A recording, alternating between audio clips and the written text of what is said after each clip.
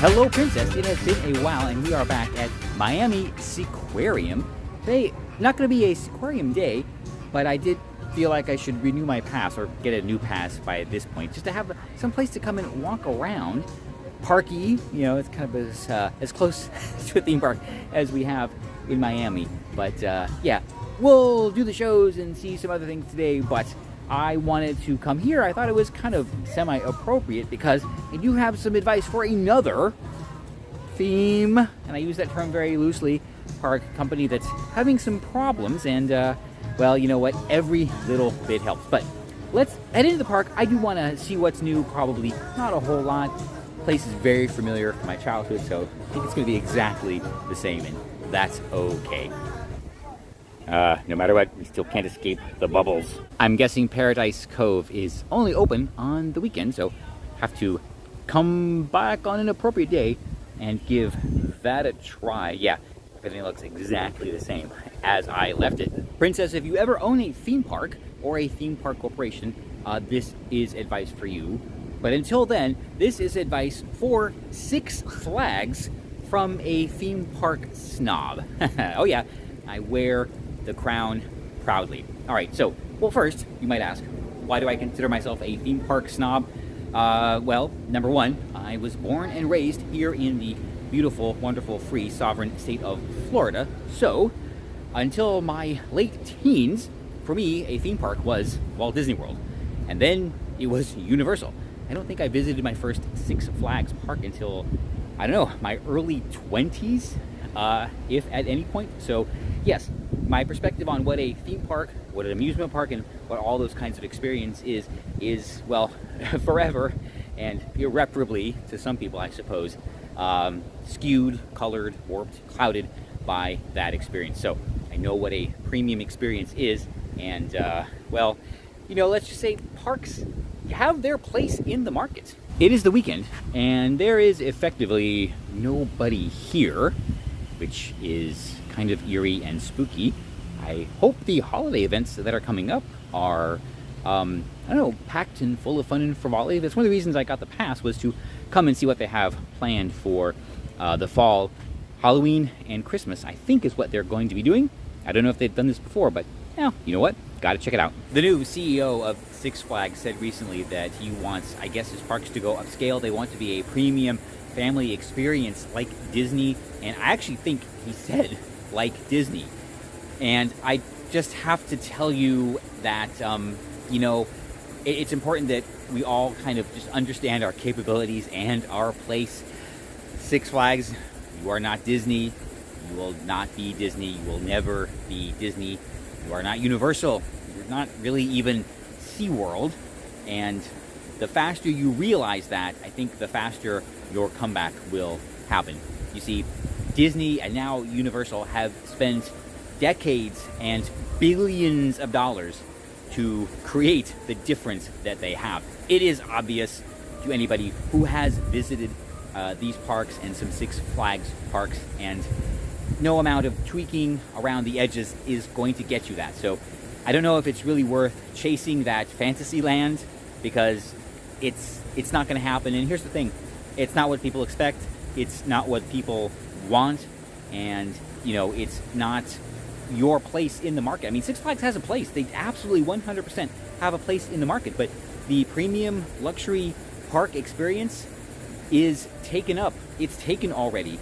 And even the other big players probably understand this, and they're not really trying. I think they understand this. They know their place. They have great markets, and they're doing very, very well for themselves. So just let Disney, well, yeah, let Disney be Disney. Yeah, you definitely want to let Disney be Disney now, but and let Universal be Universal. Learn from them, but don't try to be like them. For sure, this fence wasn't always here. Kind of ruins the view, and yeah, I'll bet some irresponsible parent let their little kid fall over the edge. Sure, they survived, because I never heard about any incident like that. Now, everyone's view is ruined. Instead of trying to be that theme park experience, lean into the amusement park space, but be that corporate amusement park space. You know, give up some of the kitsch and the charm that some of these smaller venues have, and be corporate. Have that nice, predictable, safe, and consistent experience but still provide the thrills, I guess, and the decorations and even the properties, the IPs that people have come to expect. Ooh, is that a new word? Should that go into the dictionary? No, really. Have come to expect. So there's nothing wrong with being an amusement park. There's nothing wrong with your brand being thrilling rides only.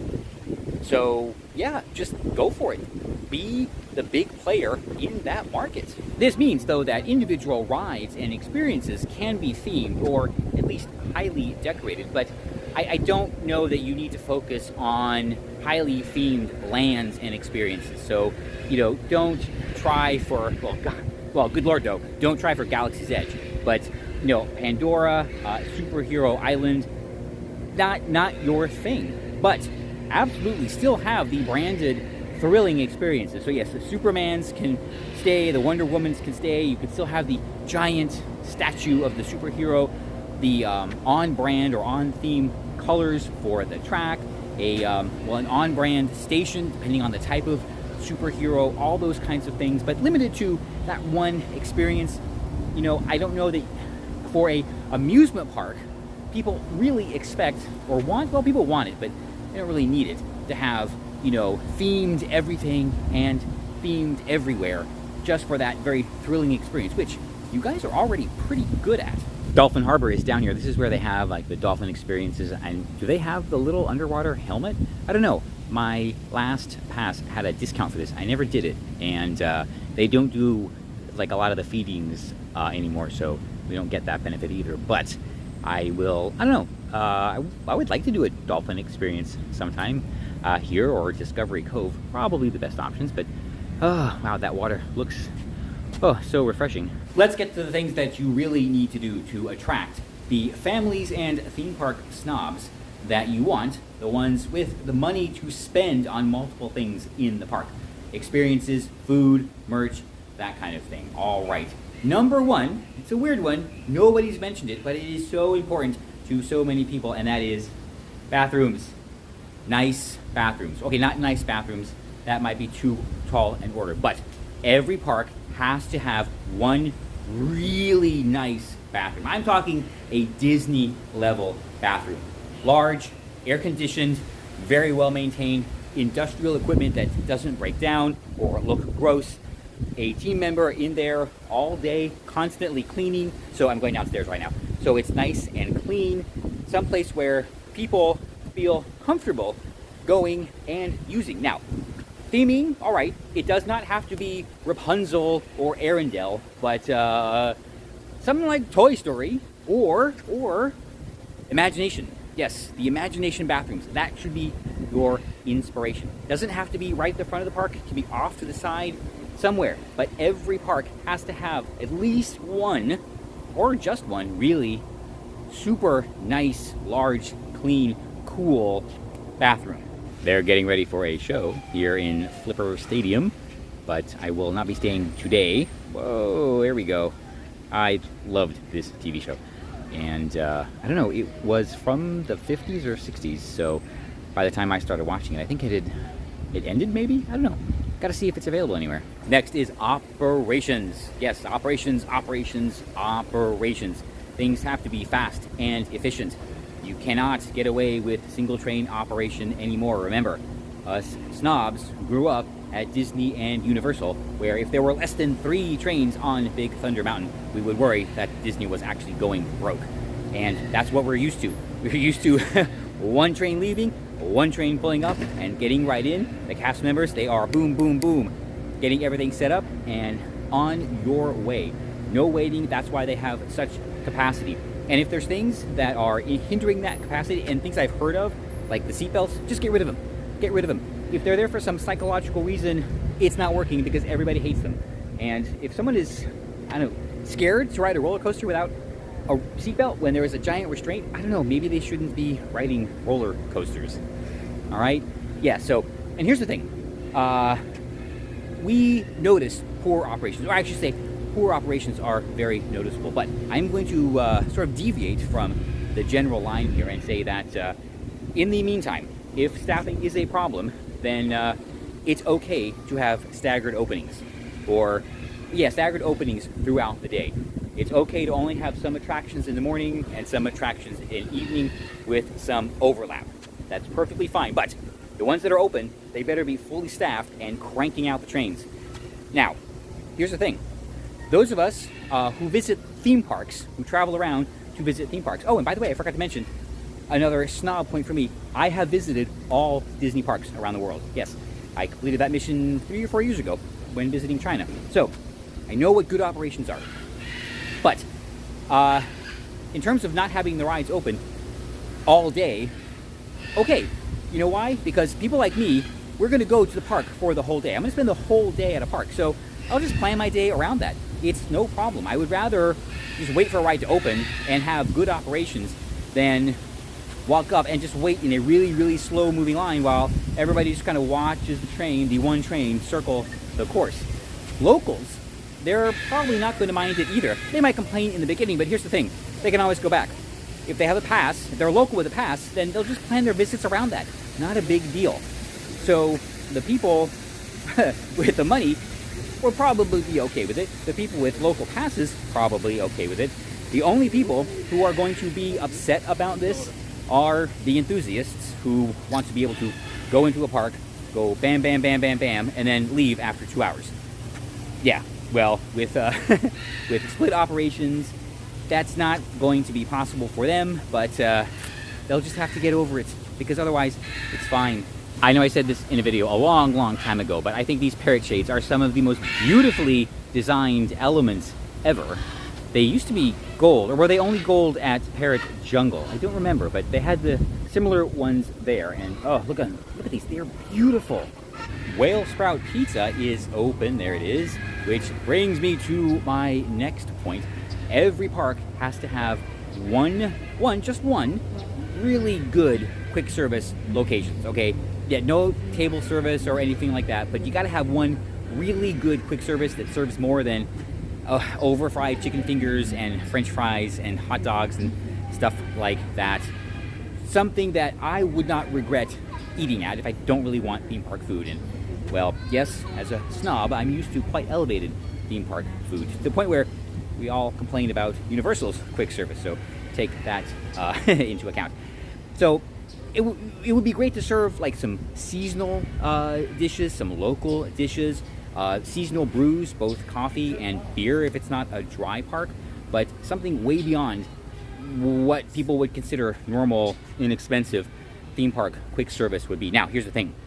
We don't want to create a problem, and I know what you would first think. No, it does not have to be on the meal plan, and yes, it can be priced to exclude the babysitting demographic, shall we say. That is totally fine. Wouldn't probably go there anyway, but yes, one really good quick service location in each park. All right, you got me. I did have another reason for coming here. Here under the Top Deck Theater for the Dolphin Show, right? They call it something similar to that. Let's talk about the last thing you need to do, you Six Flags need to do to attract families and theme park snobs, and that is every park has to have one really well-themed dark ride. Yes, and really it should at least cause people to ask if you manage to hire away an Imagineer or something like that. But it has to be a nice, decently long dark ride. It could be a shooter, an omnimover, or just a trackless, that's fine. But it has to be a great experience. It has to be very well air-conditioned, someplace where people will go to get in from the heat and just enjoy a nice, well, you know, slow-moving, maybe fast-moving, I don't know, experience, something for the whole family. Cannot be a thrilling dark ride, but yes. And it can be themed to a property, so superheroes or Woodstock, no, Woodstock, no, you don't have Peanuts. Is it Peanuts that you have? I don't know, either way. Just one really good dark ride per park. And I know you can do it because I know there are a couple parks that do have some pretty good dark rides. So there you go, one dark ride per park. These used to be aquariums where there were various, fish. In fact, they still have the little info board up beside it. New exhibits coming soon. Don't know how long this has been here. I hope they get this fixed. I'm gonna stop by the gift shop real quick for a hat, of course. And that's it. Well, my visit to Sequarium to tell SeaWorld what they need to do to attract families and snobs. Yes, don't try to be Disney. Be an amusement park. Be a great corporate amusement park. You got to have good operations, a good bathroom, a good quick service, and one good dark ride per park, and we're good to go. We are gold. We will be happy visiting your amusement parks, because these very basic experiences and the quality of those experiences will go a long way to determining our opinion of the park. Yes, you would be surprised how many people's opinions will be formed of a place by the quality of the bathroom and the food. Yeah. All right. Yes, I'm gonna head by the gift shop, and then, well, I'll be back. And we'll see what's going on here. I didn't go to any of the shows. I think I missed them all. It's kind of late in the afternoon. Well, that's disappointing. All those bucket hats were kids' sizes. Oh well. You know what? I'll say it. There's one thing I cannot help Six Flags with, and that is the fact that a lot of their parks are located in deep blue failed states. Massachusetts, New Jersey, Virginia, Illinois, California, probably a couple others in there. So I don't know, other than moving the park to a place that isn't lockdown crazy, authoritarian crazy, or descending into some leftist socialist hellscape, I don't know what you can do. I guess that's the reason why Fiesta, Texas is considered the best Six Flags park in the chain. And let me tell you, Florida and Texas are why Disney, Universal, and SeaWorld have the money to spend like they are right now. But you know what? I'm in Florida, completely different set, completely trivial. So, wow, does this really make me thankful for my problems?